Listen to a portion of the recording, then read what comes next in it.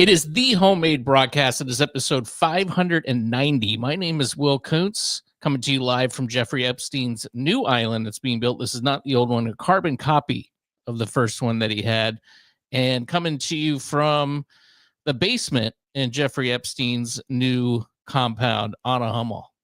Hello. I apologize for a lot of things. Not being there with you today. Okay. My voice, which by the looks of it, I might not have one tomorrow, which I'm sure a lot of people would be happy about. What's wrong? Yeah. I think I might be getting sick.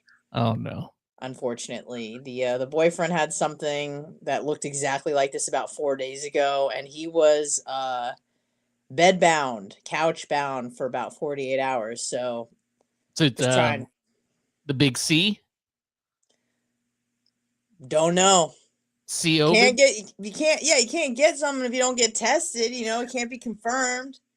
There are my future wife's is on a board for like an environmental board, and it's all, as we know, most people who have time to spend and sit on boards tend to be elderly.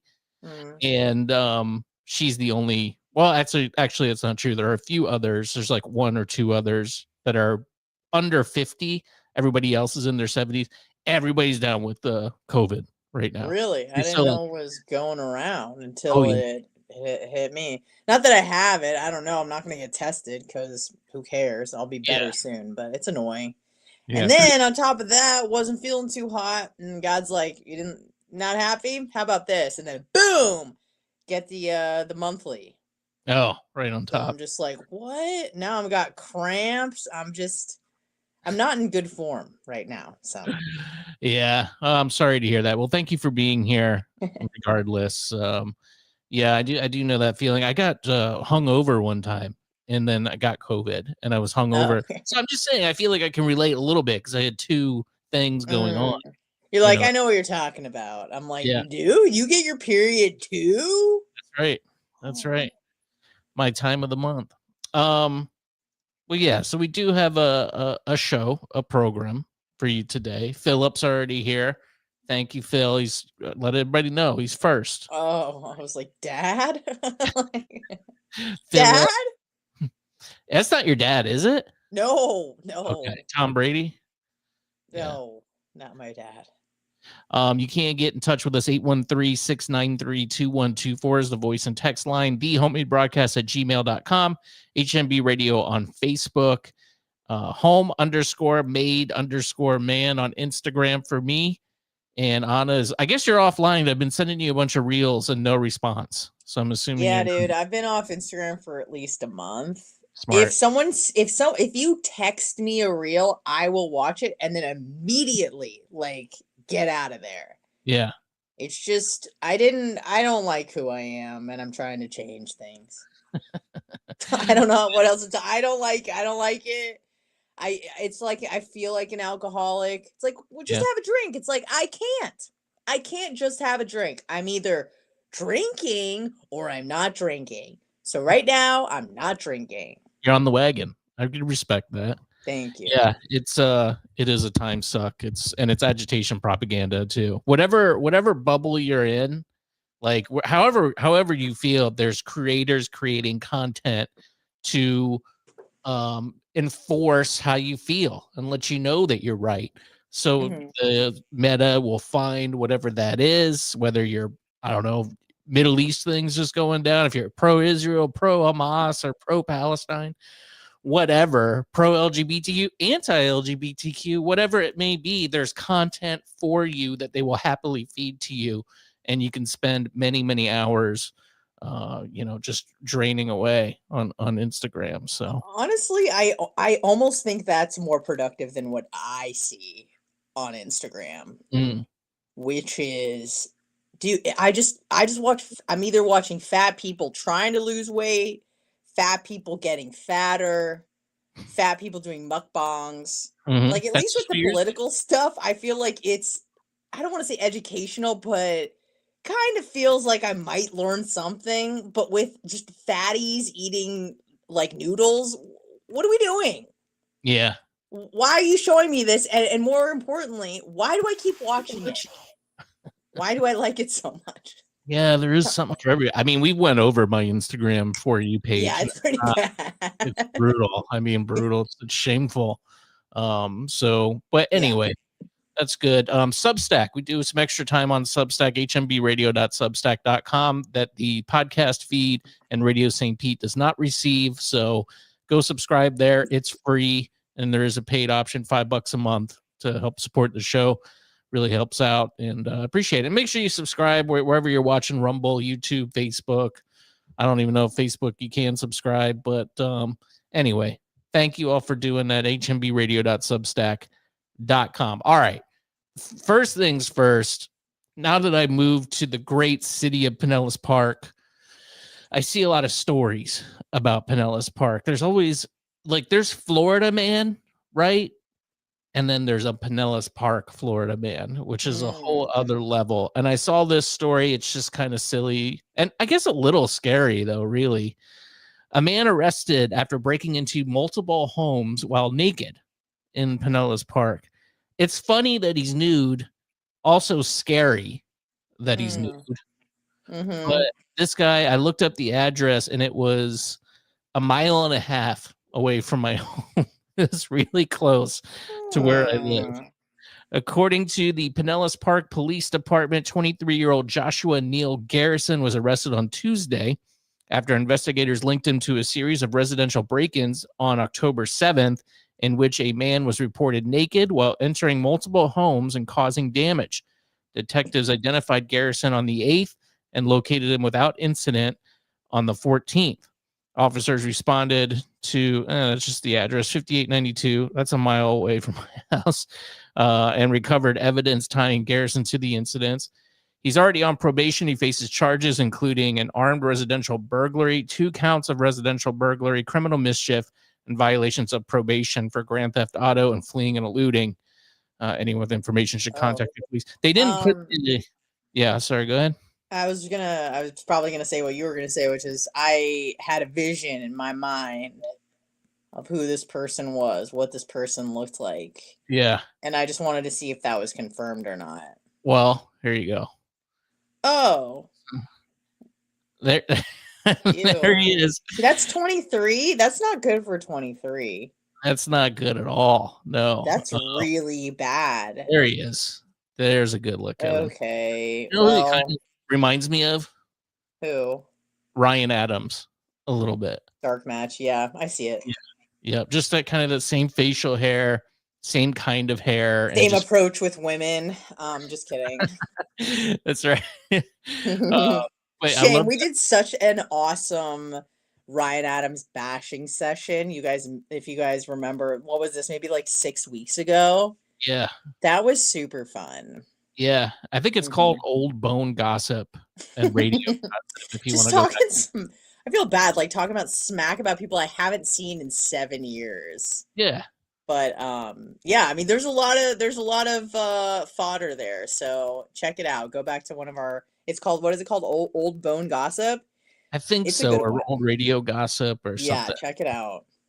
I will say it looks like he's got a decent hog on him here. I mean, just from, I don't know if this is a generous blur, but they seem to blur a good amount of the picture out. It kind of makes him look like he's doing all right, at least down south. No?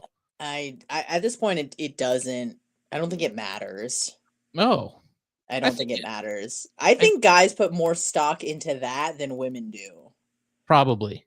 That's probably true. I think that is the case. It's probably like with a lot of things with women where we're just like, oh, like I gained 5 pounds, everyone's going to notice. And like guys like don't know or don't care. I don't want to say it's exactly like that, but I think guys are far more concerned with that than women are. So yeah. Yes, I think at least for, I mean, you never know the fear and the contempt that you'll have. Like have you ever been into a men's bathroom before that involved a trough scenario? Do you know what a trough is? I'm aware of what it is, and I've never, unless like someone was standing at the, the entrance blocking it for me because maybe the women's was closed or something. But no, I've never seen a trough. Just urinals. Yeah. But The no urinal, trough. the individual urinal without the barrier is bad enough. But when you have a trough, there is one restaurant that I know and bar, and I don't know if they still have it, but they used to, which was O'Matty's in Gulfport, still had the trough where they would have the big open, bathtub pretty much, and then they throw some ice in there, and then you just pee in there, and you got to take it out, and it's got to be presentable, which is not easy for everybody, Why would they do that? Why do they do that? Is that because society doesn't care about men? Maybe. No, you know what it is? It's just like you can fit a lot of dudes around there to pee. And it takes them. Sounds interesting. Yeah, you just get everybody in there, jam them in. I mean, they used to have them at like Raymond James, or not Raymond James Stadium, but the old Sombrero, the Tampa, where the Bucks played. They used to have those, just in the football stadiums. And that's where you would pee into, is those things.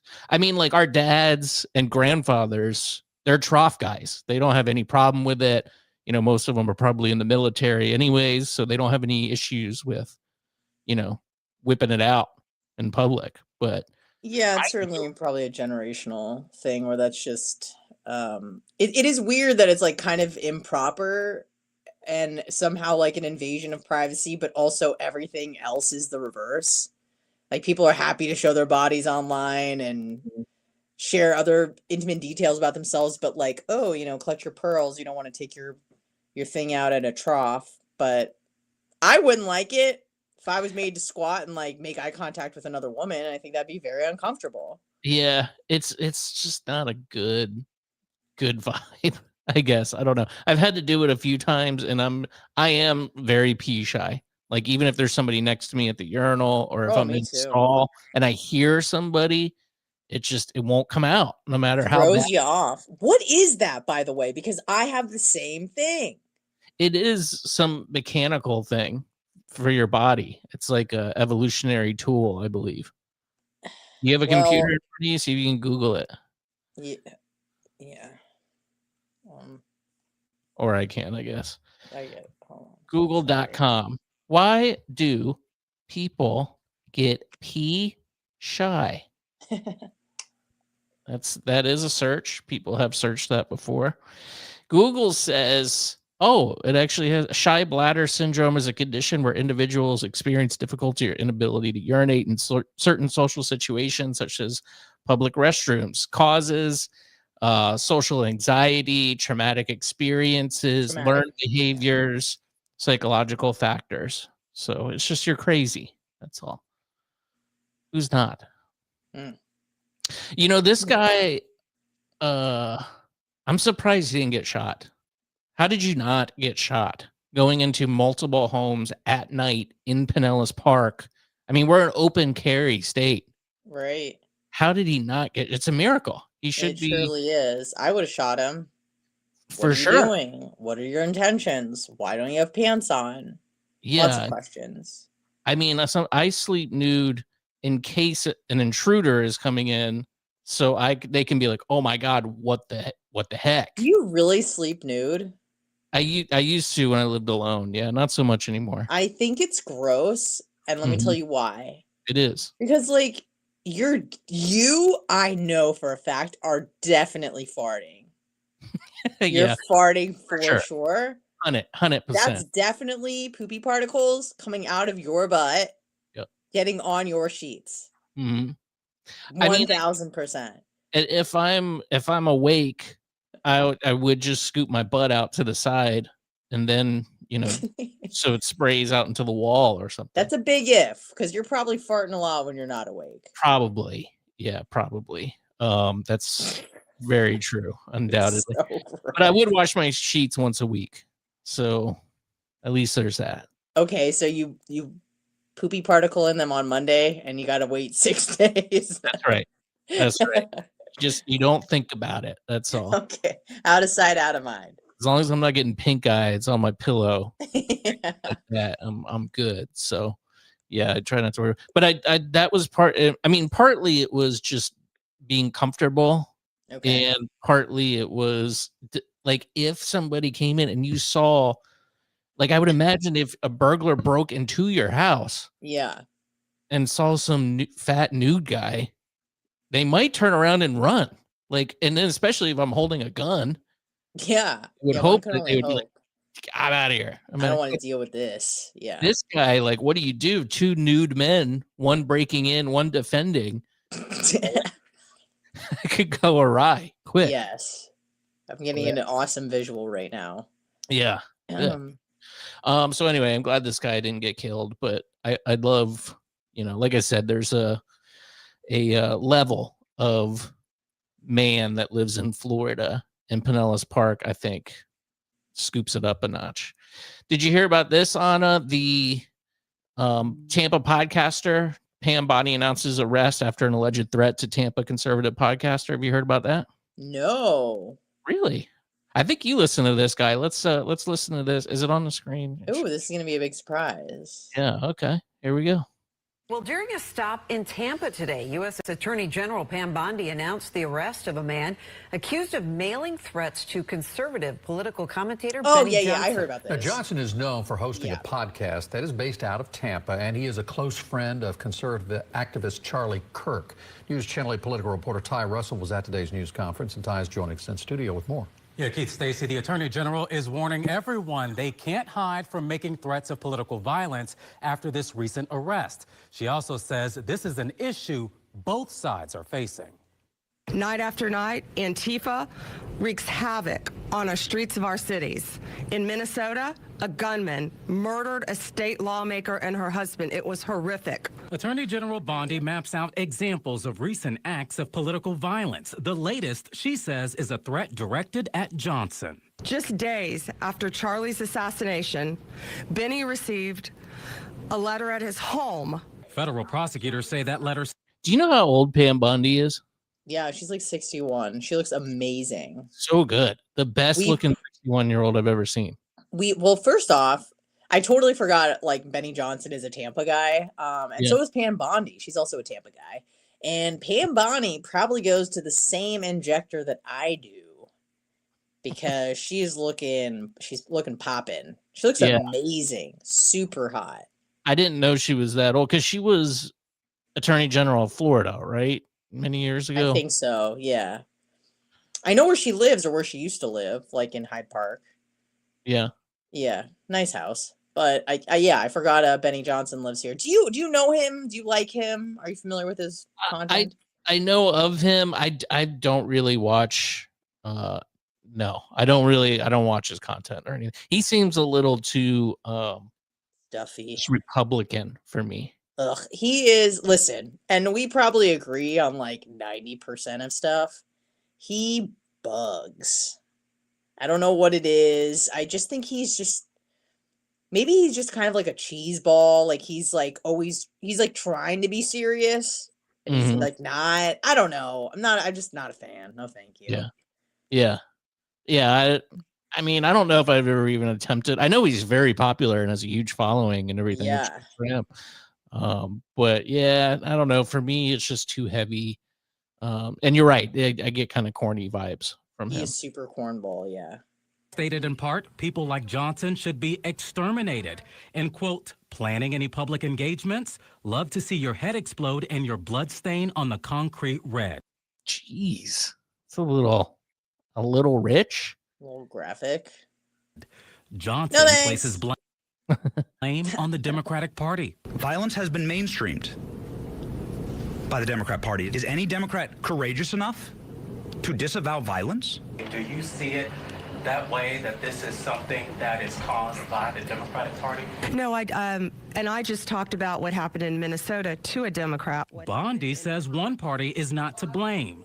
Florida Democratic Party Chair Nikki Fried says she can personally relate to Johnson and his concerns. I understand, that threats to Mr. Johnson's life and to his family, how personal that is.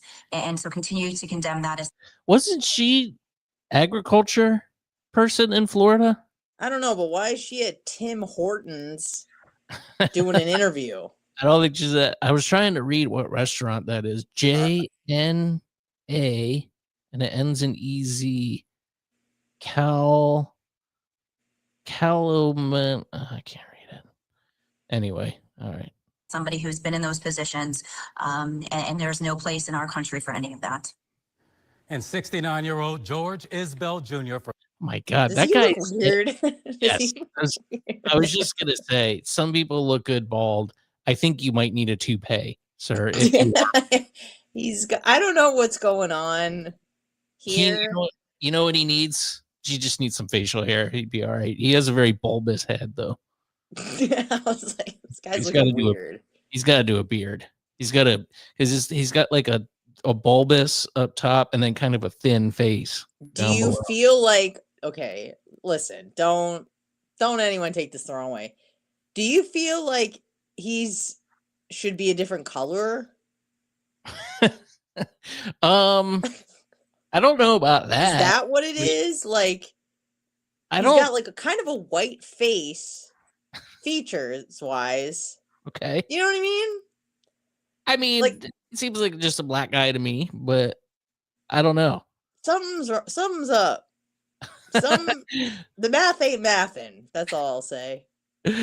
Well, let's let this see what old light bulb head here has to say. We'll wrap this story up. From San Diego is federally charged with mailing threatening communications. He faces up to 5 years in prison if he is indeed convicted. Well, as the DOJ looked at some of these politically motivated attacks and figured out where they're coming from. Yeah, so I looked on their website and it had disappeared. However, our news gathering partner, The Hill, says a study was quietly removed from DOJ's website after Charlie Kirk's assassination. Now, it showed the number of far-right attacks continue to outpace other forms of extremism. However, President Trump has mentioned the, quote, radical left poses a greater threat than those. You see how they sneak that in there at the end? Did you notice? Can we rewatch that for a second? They want to make sure that you know that right-wing attacks are still the issue. Don't believe your eyeballs because, yeah, let's see. And I wonder, they said they removed a study, and I bet you can't trust studies. Studies are politicized. The scientists start with their end goal and find information backwards, just like the news does too. I mean, there's right-wing and left-wing science. There's right-wing and left-wing news. There's everything. So I wonder if this maybe study was done during the previous administration and it was taken down. But let's rewatch it. Some of these politically motivated attacks and figured out where they're coming from. Yeah, so I looked on their website and it had disappeared. However, our news gathering partner, The Hill, says a study. The Hill. So that should tell you a lot. Was quietly removed from DOJ's website after Charlie Kirk's assassination. Now, it showed the number of far-right attacks continue to outpace other forms of extremism. However, President Trump has mentioned the, quote, radical left poses a greater threat than those on the right. But it's not good on either side. So we got to stop this. Exactly. Yeah, we're nonpartisan. Yeah. But I'm just saying the science shows that righties kill more. Okay. It's a little irrelevant to the story, to this story.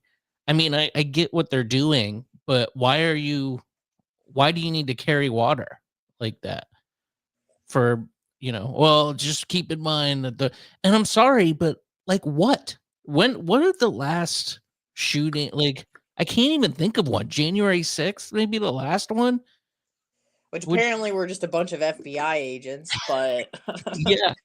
I don't know. Yeah, maybe like, see, I don't know. Are they taking into consideration? But I feel like we would hear about all those things. Like if it was just against one person and they said something like, against a Muslim or, something like that. But it is hard to remember in recent memory anything like that really happening from the right. And I know that people bring up like the Hortmans a lot. But that was just like a crazed individual who knew the family and had like a personal vendetta against them. Was that the guy in Minnesota? Yeah, and I think he was like a Tim Walz guy. So people keep bringing him up, but I think he was a Democrat.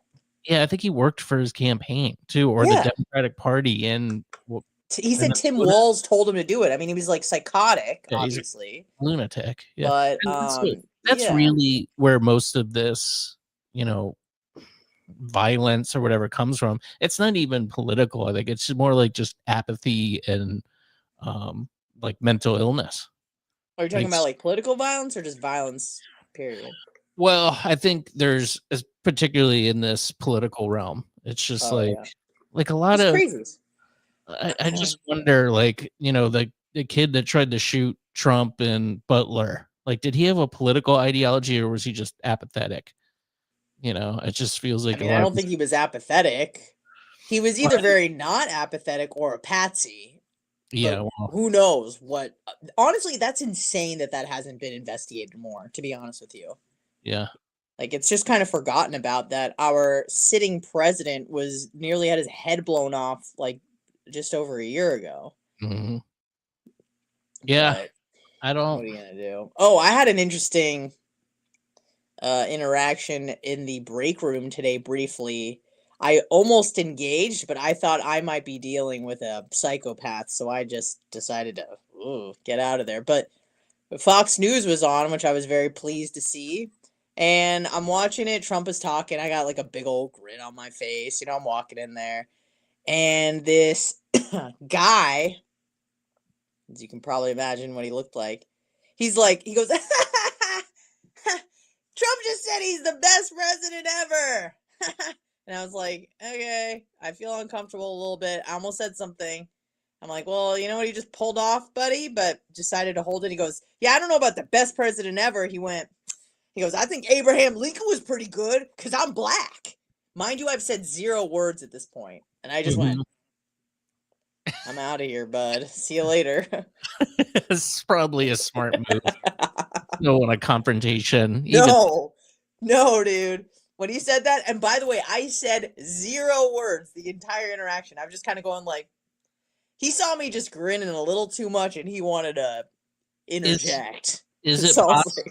Have you seen this person before? Is it possible that he's heard you playing your podcast or something out loud? No. I just walked in, and I just kind of had this look on my face. I look up, I see Trump on there. It's pretty loud. It's Fox News, and I just had this like look on my face where I was like, nice.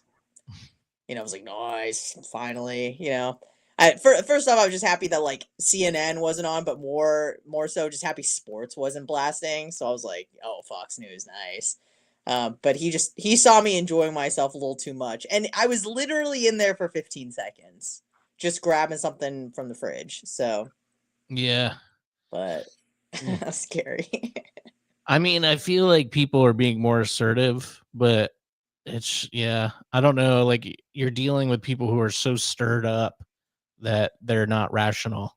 And it's not just like, lib tears. It's like they might hurt you physicly or worse, Yeah. Like it's totally unhinged. I had my buddy's moving to Oregon, and he was like, what do you think about, Portland? And I'm like, well, I'm not there, but I see a lot of video of people on the ground there. It seems pretty bad to me, because he's like, yeah, my mom and sister don't see anything. I'm like, yeah, but do they go downtown at night? And he said, yeah, my sister does, but she says she doesn't see anything. But I'm like, going like this. They're posting pictures of, like, I saw a tweet from them, and it was like the governor or something, or the mayor of Portland, and they're like, no, everything's cool. It's like daytime, and they're out in front of some sort of federal building, and they're like, see, everything's good. And then they have the windows, like, even in the picture, are boarded up. It's like, why are the windows boarded up?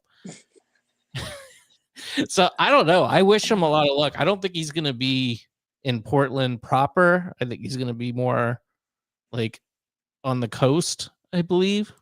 He's probably going to be neighbors with my cousin.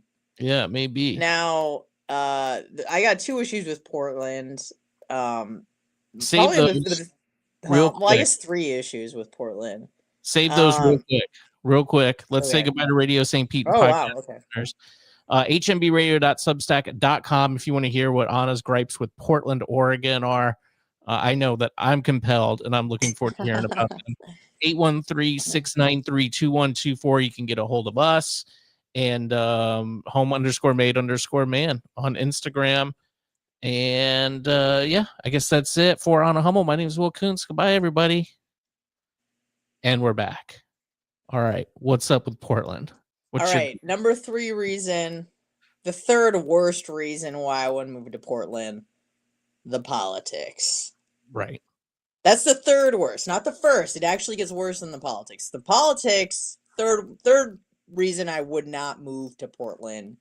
Is there a crazier place as far as politics go than Portland, Oregon? I feel like San Francisco might be there, but Portland is dirty hippies and like crazy. They're not hippies. Yeah, I remember telling you this. I was there in March for my cousin's birthday.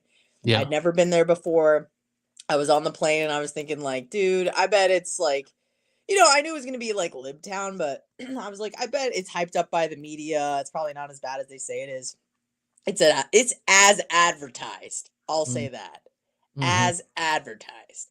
The second reason I wouldn't move to Portland, second worst reason I wouldn't move to Portland, terrible weather. Just, it's maybe nice 3 months out of the year, but I left in March and it was raining and cloudy and moody. I mean, you got to think like Seattle, Pacific Northwest, Nirvana, offing yourself. Like it all goes together. Maybe that's why they're so unhappy. It's just always raining there.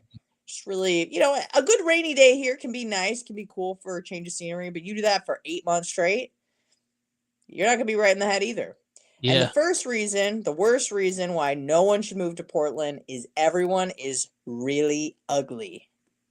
Really ugly. And you may be saying to yourself, but Anna, if I go to a place where everyone's really ugly, I will be very attractive in comparison. Because I'm a Portland 9.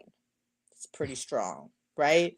But the thing is when you go to a place, you're like, yeah, I'm super hot, but you don't want any of these people to find you attractive because they're gross, genderless blobs. Like, why are you trying to impress them? It's not good if they're attracted to you. If they're attracted to you, then you're a genderless blob.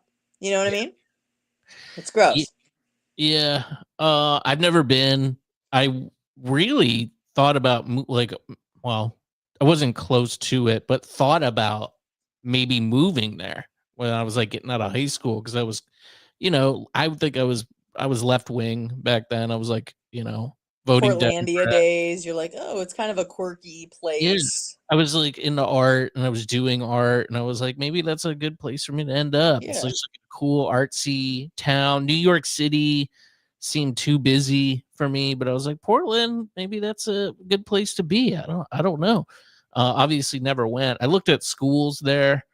Unfortunately my grades were awful. So I had no chance of getting into any school, any school, really. A 2.7 GPA. They're not really racing to get you into college. And I shouldn't have even gone to college anyways. But I remember that was a place I was thinking about, was Portland, Oregon. And I just thank God that I didn't. Yeah. I mean, it was probably a lot different back then. I mean, it was always like really liberal, but not everyone was, had a cleavage with a full beard back then, probably. So. It was a little different back then. Yeah. There was still. It was more. Sorry. Yeah. There's like, trans wasn't up front and center. And no. Normal. It's mostly like just lesbians and like scenester kids, like hipsters. Yeah. A lot of that. But now it's beyond. It's beyond. It's wacky. Yeah. I think that's a good word for it. Yeah, very strange. People's normal. Oh, they're doing the protests this weekend again, the No Kings protest, which is really spearheaded. Yeah, by after Trump just ended the genocide. They're not happy. No, oh, no. They're still upset. So a bunch of boomers are going to prepare to get out there for their protests this weekend. That's all it is. It's the elderly with signs, small signs that nobody can see, and they stand on an overpass or in a corner of a main intersection, and people will honk or not. I'm sure some people will yell at them. Now, I saw some guy actually go up. It was an Instagram video. They hung like, it was like an overpass, and then they hung their signs and had stuff going on. Honk if you're horny or whatever it was. Mm-hmm. And he went up there and just started taking them down, ripping down their property. And I was like, wow, this is new. That's why I'm saying, like, when you were talking about the confrontation with your workmate, I'm saying I feel like people are being more confrontational now. When before I think they were like, ooh, I better just not. Yeah. Keep my mouth shut. People are starting to, they're hitting a boiling point. And I don't want to say, like, I don't blame them, but, I think especially after the Charlie Kirk assassination, people are just like, they're just done. They've got all types of fatigue. Well, just remember, though, that right-wing violence is still outpacing left-wing violence. According to The Hill. Yeah. According to The Hill and a study on the DOJ website, which was quietly taken down. Where that came from. I don't know where that came from. I would assume the previous administration, but that seems to be they let you know that don't worry, people on your side are still the crazy ones and still doing all the killing and whatnot, but just not seeing it. I'm not seeing it. Why am I not seeing it? I did see a little bit, I guess you could call it right-wing violence in Egypt. I think I sent you that video. No. Not in Egypt. I'm talking about. No, I know, but I was just it made me laugh. Yeah, I didn't see it. Tell me about it. I didn't see it.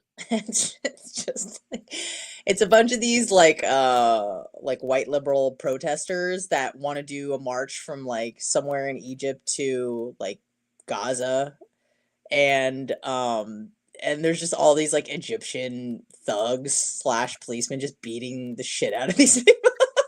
I think it did. That's old, right? It's not new. It's maybe I don't know. It was like a Crowder short. I think I sent it to you, but it just made me laugh. They just like bopping him on the head. It's not even like really violent. Like the way they're beating them up is just like bopping them on the head and like dragging them around. And these white people are just crying and they're saying like Allah Akbar, like just to make it stop.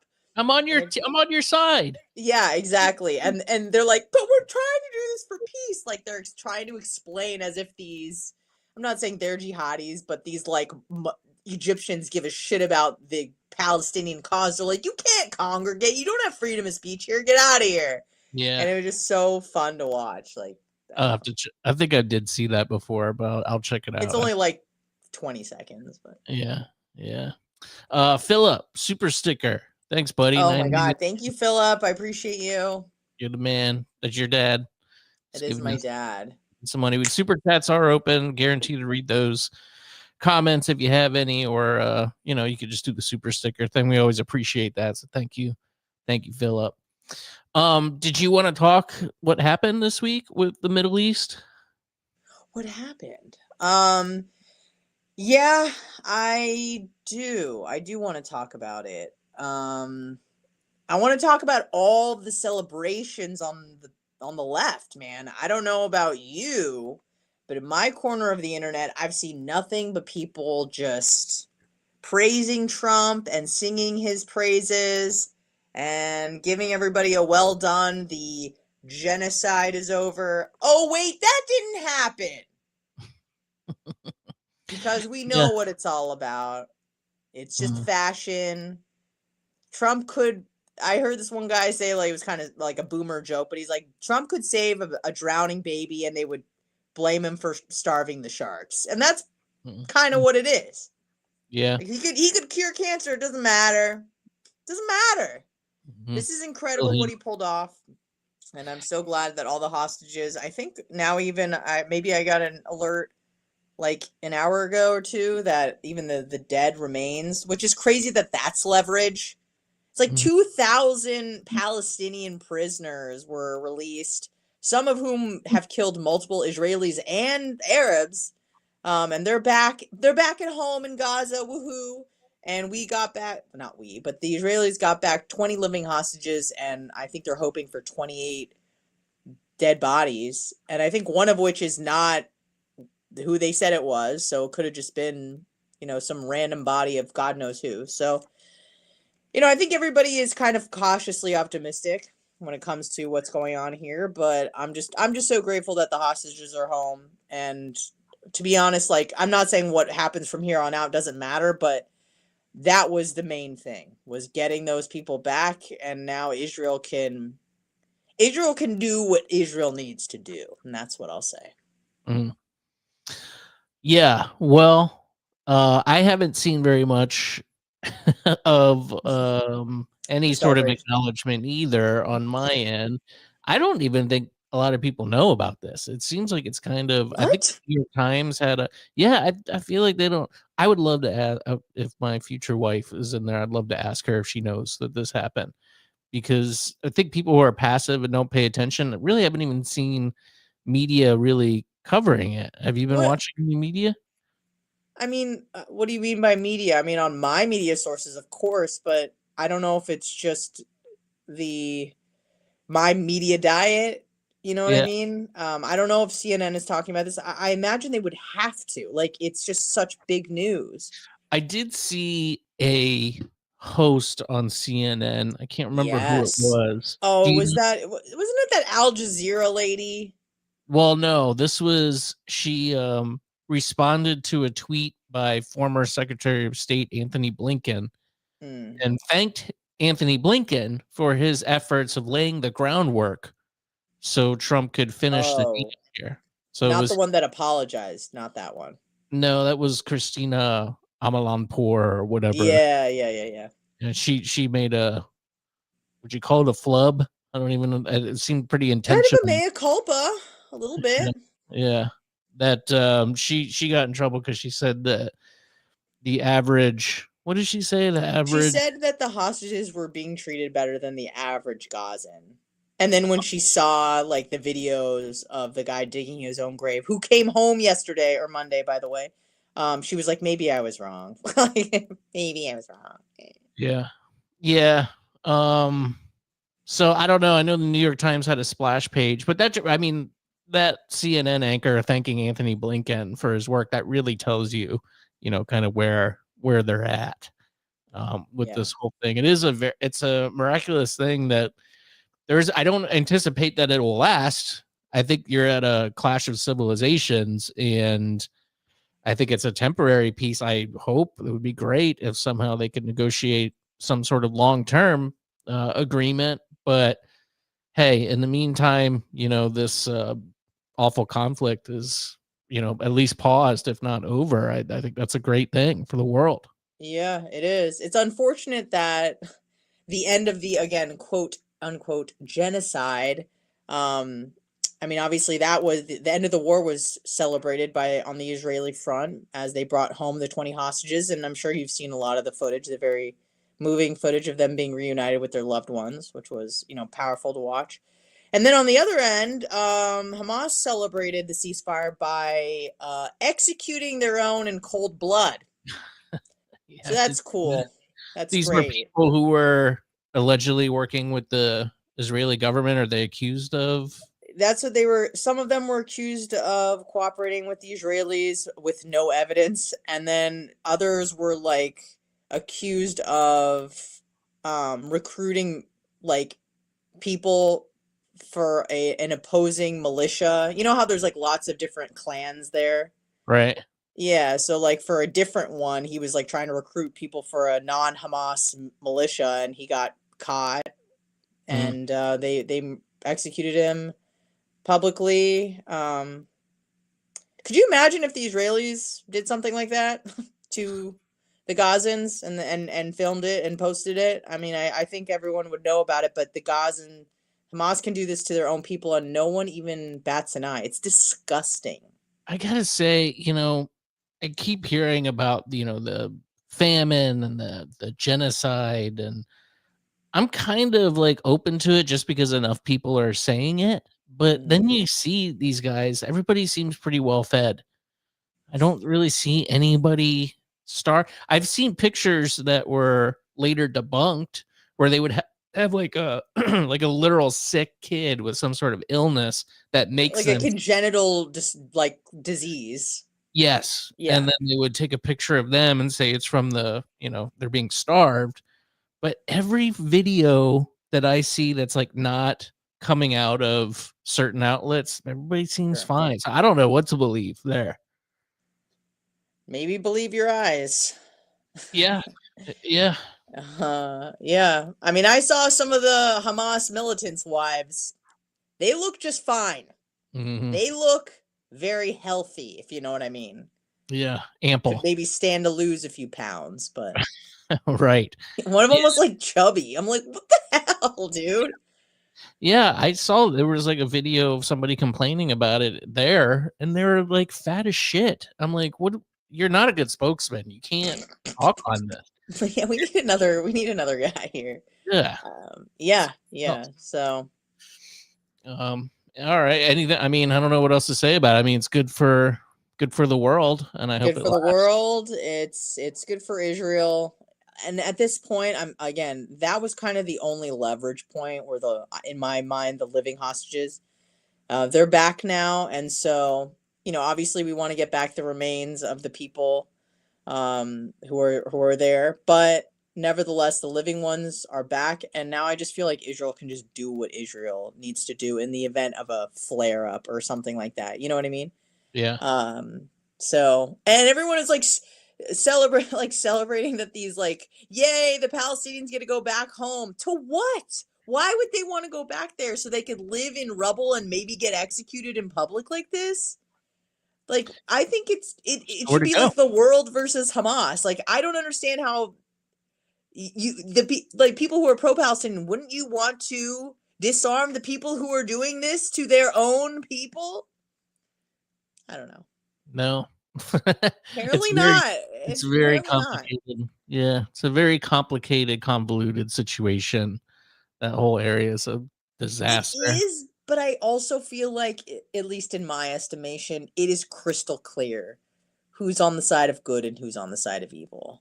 You know what I mean? And I understand that there's so many nuances and the history is kind of messy, but I mean, at the end of the day, it just seems like one society values life and the other society clearly does not. Mm-hmm. So. Well, I mean, I've heard that said about our own politics in this country. Kind of the same thing. So at least we value our own. No? Do we? I mean, yeah, I think so. We value our own. Yeah, I mean, what do you mean your own on your team, on your side? No, I mean, I think Americans generally care about the well-being, or at least the optics of caring about your own and not, listen, yes, people get stuffed full of food and sugar and they get type 2 diabetes, but at the end of the day, no one's forcing you to eat that stuff.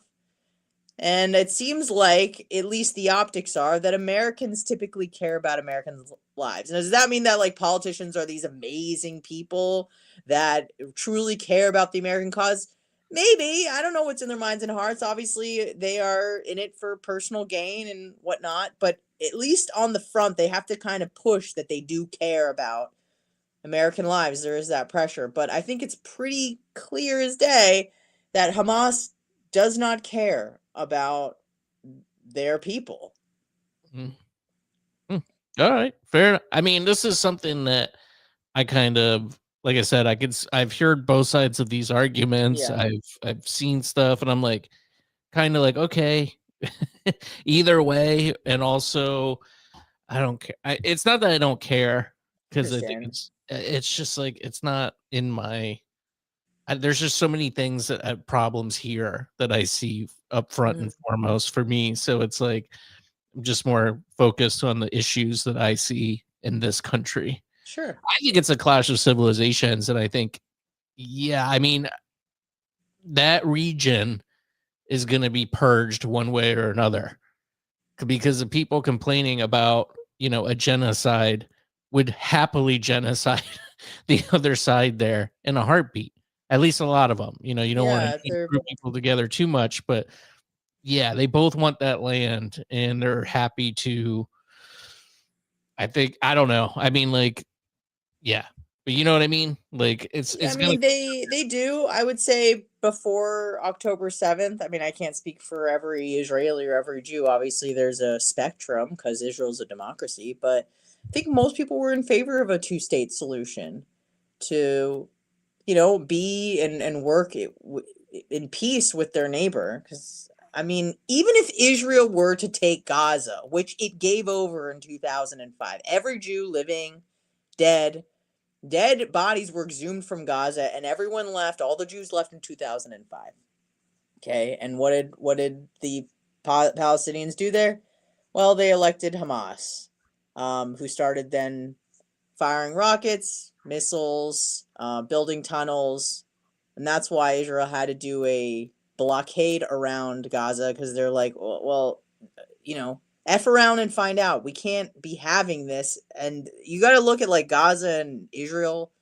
They're right next to each other. Gaza is pretty small. It's 25 miles long, 5 miles wide.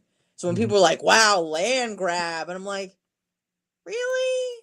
The doctor now, really? It's not that much land. The West Bank, the settlements are pretty provocative there. I'm not, most Israelis don't agree with that. They don't think that that's probably the best path to peace. I would agree with that. I don't agree with everything that the Israeli government does. Most Jews there don't, or most Israelis don't. Bibi Netanyahu before October 7th was not very popular. People were not happy with him. I think he was trying to do a power grab, something with the courts. I don't quite understand all of it. But, there are a lot of people in Israel, I would say probably more than half, that are very unhappy with Bibi Netanyahu before and now after October 7th. So, yeah. Anyways. Yeah. Well, like I said, I think it's a good thing. Obviously, no duh of the century there, and I hope it lasts. I don't think it will, and I think it's just gonna get really bad, really bad at one point, where there might be some merit to claims of things like genocide. I think it's just bound to happen. It's just I just look at it. It's just like, okay, the major disagreement here. We want this land. We want this land.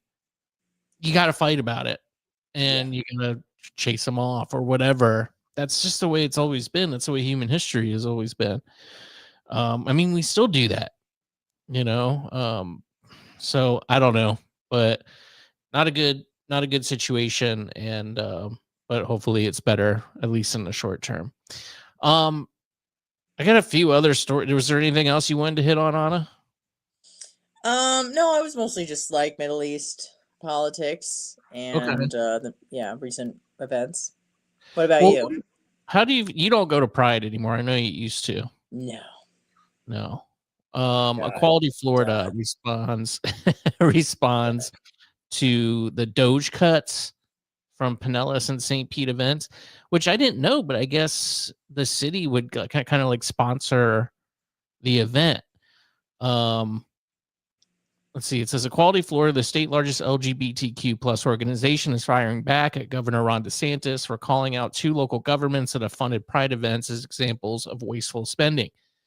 DeSantis and Chief Financial Officer Blaise Ingoglia cited the host of expenditures by local governments throughout the state on Wednesday, and they allege are examples of them wasting taxpayer dollars. The list compiled by the CFO's so-called Department of Government Efficiency team made 2 references to local government spending on Pride events. Pinellas County, 75 G's annually to sponsor for the Pride Festival in St. Petersburg, held every July, and the city of St. Petersburg given $258,000, including funds from the city's utility and EMS funds to support Pride events.